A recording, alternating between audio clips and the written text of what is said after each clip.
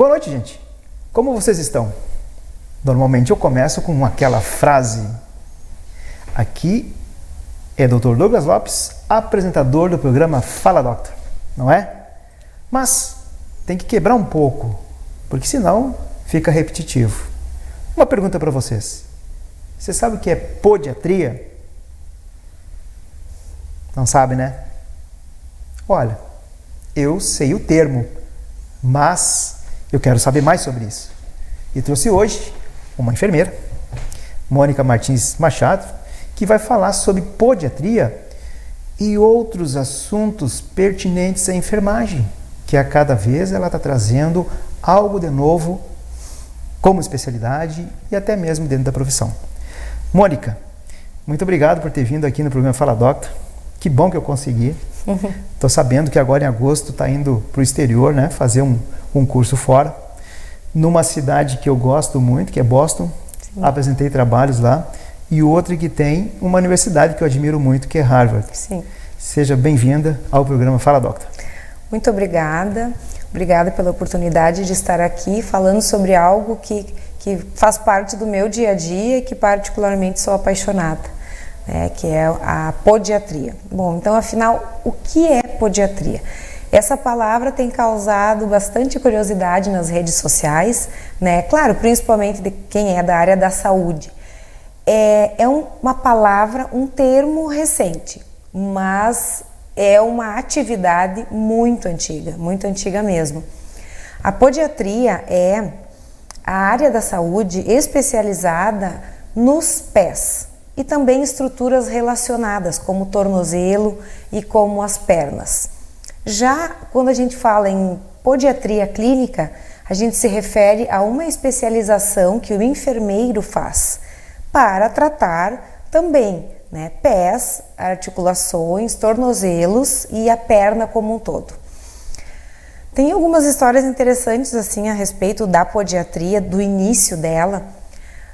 Ela é muito antiga, provavelmente pré-histórica, porque entende-se que desde que o homem assumiu a postura ereta e começou a caminhar, provavelmente ele passou a ter desconforto nos pés durante essa caminhada. Então, desde aí, provavelmente já existem fórmulas para melhorar, para aliviar essa situação. Conta a história que o imperador Nero, a esposa dele, sofria muito com dores. Ela tinha algumas deformidades nos pés. E que em certa ocasião, um soldado romano chamado Cailus se ofereceu para tratar. Esse tratamento deu tanto alívio a ela, foi tão exitoso, que Nero não hesitou em conceder a ele o título de Calista. Essa nomenclatura, esse título, assim, essa denominação perdurou muitos e muitos anos, provavelmente até o início do século XX. Aí começaram a surgir outras palavras relacionadas, né? Porque Calista era algo que relacionava só a calos e, na verdade, são outras coisas também. Tem unhas envolvidas, tem o pé como um todo. Aí começou, assim, o estudo da podologia, tá? Muitos países têm esse serviço, essa profissão, mas em cada país ela é vista de uma forma diferente. Por exemplo, esse serviço de atendimento aos pés surgiu nos Estados Unidos. E lá a pessoa faz medicina podiátrica, não é um curso de habilitação, é medicina podiátrica, é uma graduação. Esse profissional pode fazer desde os procedimentos mais simples, menos invasivos, até cirurgias. Em outros países, como a Nova Zelândia, a Alemanha, esse profissional pode apenas fazer procedimentos a nível médio, não invasivos. No Brasil, por exemplo, tem uma certa... por isso que causa confusão e às vezes as pessoas não sabem definir, né, podologia, podiatria, afinal o que é. A situação é a seguinte, tanto o técnico em podologia como o enfermeiro podiatra trabalham com a mesma área. São os pés, são as pernas e os tornozelos. Porém, onde aparece a diferença? Na forma e na abrangência dessa atuação, né? Por exemplo, os pacientes que são portadores de doenças crônicas, de origem metabólica, ortopédica, vascular, neurológica, são pacientes mais complexos. Então, quando esses pacientes têm problemas nos pés, indica-se que procure um enfermeiro podiatra, tá? Mas o podólogo tem todas as técnicas de podologia. E o enfermeiro, nessa especialização, que existe desde 2008, uniu, né? Incorporou as técnicas da podologia ao conhecimento científico do enfermeiro. Porque a gente entende que é uma avaliação muito minuciosa, muito delicada, sabe? E tem que ser de uma forma muito integral. Por exemplo, a avaliação dos pés, feito por uma enfermeira podiatra, ela começa com uma enorme de uma anamnese para saber o histórico de saúde dessa pessoa, os hábitos, a questão de doenças da família. Depois disso, um exame físico que sempre contempla os sinais vitais, inclusive glicemia capilar, que eu já ressalto, porque nós vamos acabar caindo no assunto diabetes mellitus, né? Porque não tem como falar em cuidados com os pés sem chegar nessa doença. E daí a equipe multiprofissional precisa muito desse cuidado com os pés, precisa muita gente para fazer esse cuidado, né? Médicos, com certeza, o enfermeiro podiatra, o fisioterapeuta, o terapeuta ocupacional e o podólogo. E o importante é que o podólogo e o podiatra trabalhem em sintonia, trabalhem juntos, como parceiros. Isso já é realidade em muitas clínicas aqui no Brasil e dá muito certo. Me diz uma coisa, tratamentos, tá? Tem, claro, vai se passar por um diagnóstico, mas muitas vezes esse paciente vem encaminhado para ti, né? E aí então, mesmo sendo encaminhado e com relato do caso dele por meio do profissional, normalmente médico, ele vai passar por uma nova fase de avaliação, de diagnóstico, para depois chegar no tratamento. Sim. Agora, relacionado pé, perna, né? Pé, perna e... é isso aí? Pés e estruturas relacionadas aos pés, como tornozelos e pernas. Entendi.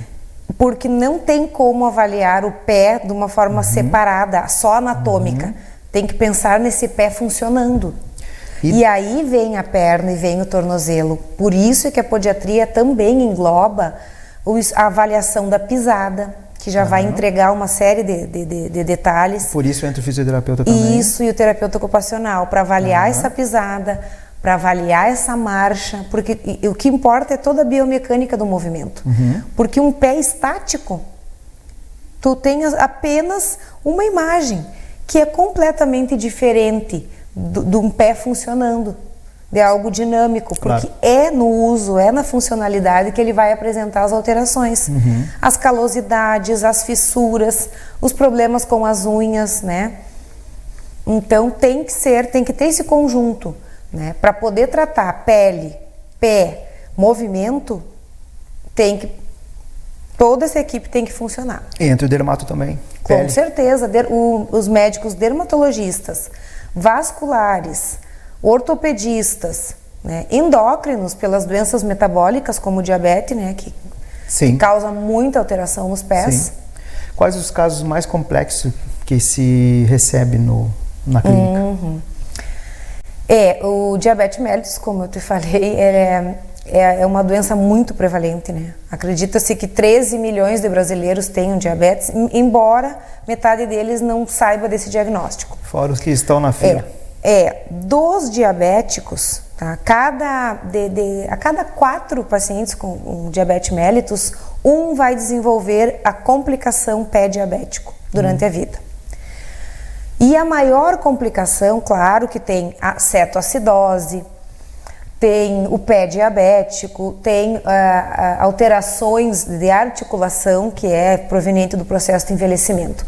Mas as mais graves, a mais grave é a amputação, né? A amputação, porque além de ser extremamente oneroso, né, cuidar de um pé diabético, de um paciente portador, né, de um pé diabético, eu não falo só oneroso no sentido de gasto com esse tratamento, com antibiótico, com curativo, com cobertura, com terapias que têm aparecido de uma forma maravilhosa, como a laser terapia e a zoneterapia, né, mas eu me refiro também que essa pessoa, nessa situação, provavelmente ela perdeu a capacidade de trabalho.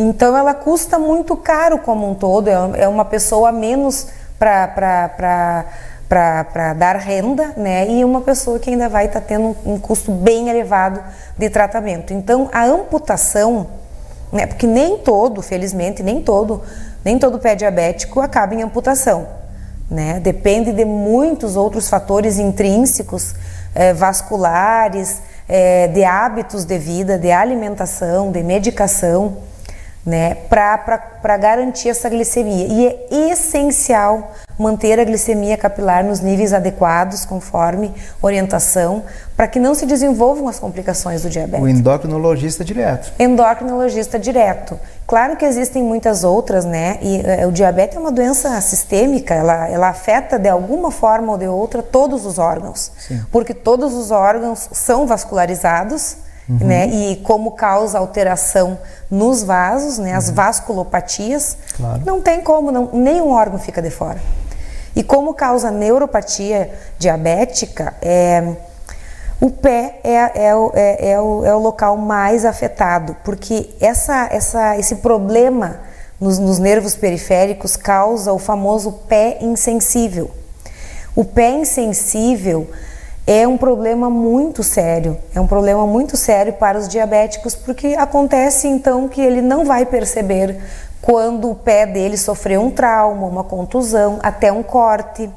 Ele pode pisar num prego e provavelmente não sentir dor, né? Então imagina, se um pé que aguenta, os pés, né, que nos aguentam o nosso peso todo, já sofrem só com o nosso peso, imagina se eu não tenho aquela capacidade protetora de sentir que está doendo o meu pé, que o sapato está apertado, que entrou algum objeto dentro do meu calçado, né? Então o pé insensível, que não é privilégio só do pé diabético, os pacientes que têm doenças neurológicas, por exemplo, lesionou medula, teve alguma lesão no trajeto de qualquer nervo, pode também diminuir sensibilidade, né? E os pacientes que têm insuficiências vasculares, principalmente arterial, também têm tendência a ter pés insensíveis.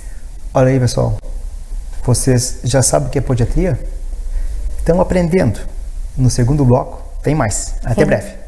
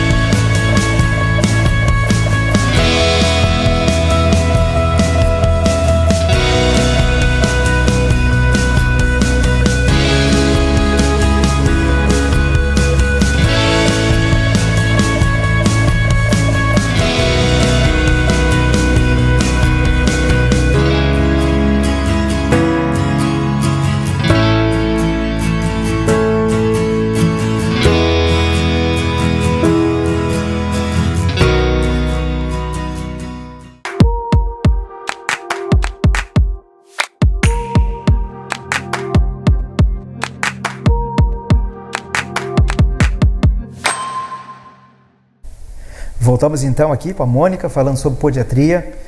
E olha, vocês viram que eu fiquei quietinho, né? Um momento ali que eu entrei, mas eu quero escutar muito assim como vocês. Tem muito mais. E é o que nós vamos falar agora, né, Mônica? É isso aí, tem muito mais. Bom, então nós estávamos nas patologias. Nas patologias, né? Já falamos da patologia metabólica. Das metabólicas, que o melhor exemplo são os portadores de diabetes mellitus, né? Neurológicas, que tem lesão medular ou no trajeto de um nervo.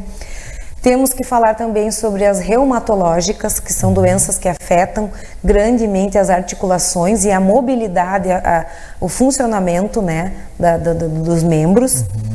E temos que falar também do simples processo de envelhecimento, que também causa alterações sérias na locomoção, na deambulação, na elasticidade e principalmente causa deformidades nos ossos dos pés. Sabe, eu penso numa situação em que tem a artrite reumatoide, tem a espondiloartrite e a fibromialgia, onde as três acometem articulações, né, e coluna, pés.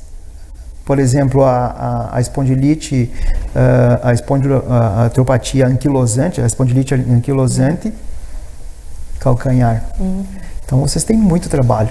É claro que algumas dessas doenças que tu falaste agora, que são doenças crônicas, né, talvez não tenha como desfazer, digamos, essa deformidade. Pode amenizar. Mas a podiatria, através dessa equipe multiprofissional, pode amenizar e muito, proporcionar um pouquinho mais de qualidade de vida, né? Principalmente para esses pacientes, porque se locomover é uma coisa muito importante, né? Então é necessário.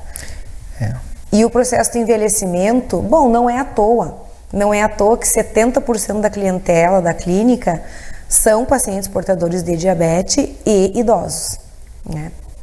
Obesos também fazem parte do nosso público, né? Porque a sobrecarga, né, é muito peso para dois pés aguentarem durante uma vida toda, né? Não é em um momento único. Então, idosos, obesos, pacientes diabéticos, pacientes vasculopatas, toda essa clientela da podiatria. A gente estava falando sobre a podologia, né? É maravilhoso ter um podólogo ou podologista na clínica trabalhando em parceria. Por quê? Porque existem muitos pacientes que apresentam, muitas pessoas que apresentam problemas nas unhas, no pé, nessa movimentação toda, mas não tem comorbidades. Então, tranquilamente, pode ser atendido, tratado pelo técnico em podologia. Sim. Né? Nós temos agora umas tecnologias, né, que vieram assim para incrementar o tratamento podiátrico, que é a laser terapia de baixa potência. E tu falaste ozônio também. E ozonioterapia, com certeza. A ozonioterapia é sensacional, né? Ela tem um poder bactericida. Então, às vezes, quando não responde a outros tratamentos, quando é refratário ao uso de coberturas, a gente acaba conseguindo fechar, às vezes, uma lesão muito antiga. Porque há um outro estímulo, né? Às vezes, mudar o estímulo para a ferida causa uma resposta dela. Então, o ideal é que esses profissionais trabalhem juntos mesmo na clínica. Além disso, além da ozônio, da laser... essas terapias adjuvantes técnicas que a gente usa. Relacionadas... nós usamos a reflexologia podal, em outro momento que eu vou falar do procedimento, porque está tudo muito interligado também com o nível de estresse do paciente, né? Então, a laser terapia tem nos ajudado um horror, tanto na cicatrização quanto na onicomicose. Opa. Muitos pacientes, muitas pessoas procuram a clínica onicomicose, famoso fungo nas unhas. Olha. E isso é impressionante o número de pessoas que tem e que disfarçam, mulheres que disfarçam usando esmaltes coloridos. Tá. E isso é por um desleixo, no caso, falta de higiene ou umidade? É um conjunto, né, Douglas? O fungo adora um ambiente quente e úmido. Onde que ele encontra? Calçado, geralmente nas dobrinhas, na região inguinal, na região abaixo da mama e nos pés. Olha. Né? Nos pés, nos espaços interdigitais é onde ele mais gosta, o famoso pé de atleta, né? Que nada mais é do que a maceração causada pela Tinea pedis, que é um fungo. Claro que a higiene está relacionada, porque as pessoas, o Brasil, assim, agora que está começando uma cultura, mas não tinha, de higiene dos pés, porque a gente cuida dos dentes, a gente cuida das mãos, a gente cuida dos olhos, mas os pés, né? Não, a gente não tem uma rotina de cuidado dos pés. Não mostra ele muito, né? Tu não pensa que tu deve trocar a meia, tu não pensa que o material que compõe a tua meia pode interferir grandemente na temperatura que vai ficar o teu pé, tu não pensa na higiene, tu não pensa que quando troca de estação, tu precisa separar todos os calçados que estavam guardados, mofando no armário e fazer uma desinfecção, deixar arejar no sol. Nós não temos esses hábitos. Outra coisa, relacionada à temperatura de pé. Falaste algo muito importante sobre a meia. Porque tem muitas pessoas que andam de pé no chão, principalmente criança que anda de pé no chão. E, poxa, pé é o primeiro que entra em contato com uma temperatura diferente. Por isso que tem sempre aquela questão, né, de não andar, de se resfriar. Claro que o pé tem vários sensores de temperatura, de tato, de dor, de pressão. Claro que o organismo procura suas formas através da homeostasia de regular tudo isso. Claro, sim. Mas a temperatura é algo que quem tem pé insensível também não sente. Então ele queima os pés. Por isso que um paciente portador de diabetes mellitus ou com problemas vasculares, né, importantes, jamais devem fazer o escalda-pés, jamais devem usar a bolsa de água quente e inclusive o frio. Pisar em pisos assim extremamente gelados, né? Tem lugares muito gelados também não, porque vai diminuir o aporte sanguíneo, né? A gente sabe que o frio causa vasoconstrição. Isso. Vasoconstrição, menor aporte sanguíneo, não é legal. Para quem já não tem um aporte suficiente, pior né? a situação. Não é indicado. Então as pessoas não têm esse hábito de ter cuidado com os pés, de usar mais algodão ao invés de nylon, de trocar essas meias. Quem sua bastante nos pés, tem pessoas que suam mais, pessoas que suam menos. Tem que ter, senão com certeza vai acabar tendo essa maceração pelo tinea pedis, né, que é o pé de atleta, que é a micose nos espaços interdigitais, que incomoda e que se não for devidamente tratada no início, né, com produtos apropriados e laser terapia, que funciona maravilhosamente bem. A unha encravada também. Porque resseca, né, tira o excesso de umidade da maceração. Sim, para a onicocriptose é essencial. Tem que ter cuidado com os sapatos. E a podiatria também atua muito na prevenção. Orientar o tipo de calçado que deve usar, as trocas, as higiene, o corte das unhas, que tu acabou de falar na unha encravada, que seria... Importante essa parte preventiva das unhas também, porque tem pessoas que não aprenderam a fazer um corte, né? Tem muitas pessoas que não vão no podólogo ou no salão de beleza. Nem no salão. E eles cortam desde que foi ensinado quando criança. Do jeito que dá. Mas tem um formato de unha que tem que... Tem. O formato ideal para o corte é reto, com as pontas arredondadas, tá? Reto com as pontas arredondadas. O que acaba acontecendo? Uma das causas de tantas pessoas terem unha encravada, às vezes nasce já com um formato de lâmina ungueal diferenciado e então realmente essa pessoa desde bebê, tem bebês que têm unha encravada, né? Então não é por caminhar, não é pelo sapato errado, nem caminhou ainda, nasce já. Tem pessoas que têm esse formato da unha complicado e apresentam onicocriptose. Mas tem muitas pessoas que fabricam a sua unha encravada, a sua onicocriptose, que são pessoas que têm o costume de estar em casa, vai lá no banheiro, pega um alicate que está numa gaveta, pode não estar sujo visivelmente, mas às vezes até é de uso comum de toda a família e furungam. E cortam. O que acontece? É verdade. Acabam lesionando, acabam criando portas de entrada para infecções, acabam cortando errado, acabam criando espículas. O que é uma espícula? É uma ponta de unha que fica agindo como um corpo estranho, literalmente espetando a pele adjacente. Está criada a unha encravada. Ainda com o kit inflamação. Junto, porque fica inchado, fica dolorido, fica vermelho. E quando ainda algum germe não se aproveita e entra, e aí drenagem de pus, infecção. O que se faz daí? Podiatra, nesse primeiro momento, ele precisa aliviar o paciente dessa dor. Então ele vai fazer a espiculectomia, que é um procedimento que remove esta espícula. Ou seja, remove o objeto, né, o que está causando a inflamação. Faz curativo, limpa, Laser terapia sensacional, porque a laser terapia de baixa intensidade, ela tem o poder de fazer algo que se chama modulação. Ela modula a resposta inflamatória, então ela pode retardar como pode acelerar. Outra coisa que ela faz, que é sensacional na cicatrização, é estimular, ela ativa os fibroblastos, e estimula também a atividade dos macrófagos, né, que recolhem todo o lixo celular, então é sensacional, porque uma lesão suja não cicatriza, né, então o laser maravilhoso, o ozônio maravilhoso, e aí então nesse momento o objetivo é acalmar essa inflamação. O paciente vai para casa com curativo, e vai ter que voltar. No momento que cessou, retornou, está usando uma medicação certinho, está fazendo curativo, o processo inflamatório se acalmou, aí sim nós vamos entrar com o tratamento propriamente dito da unha encravada. Aí a gente vai ter que ver o motivo, né? Se o motivo é corte errado, é falta de higiene, mais fácil de orientar, conscientizar e é mais fácil que ele resolva o problema. Quando o motivo é um erro, é um problema na curvatura da unha, daí nós temos a solução, porém ela não é tão rápida. Por quê?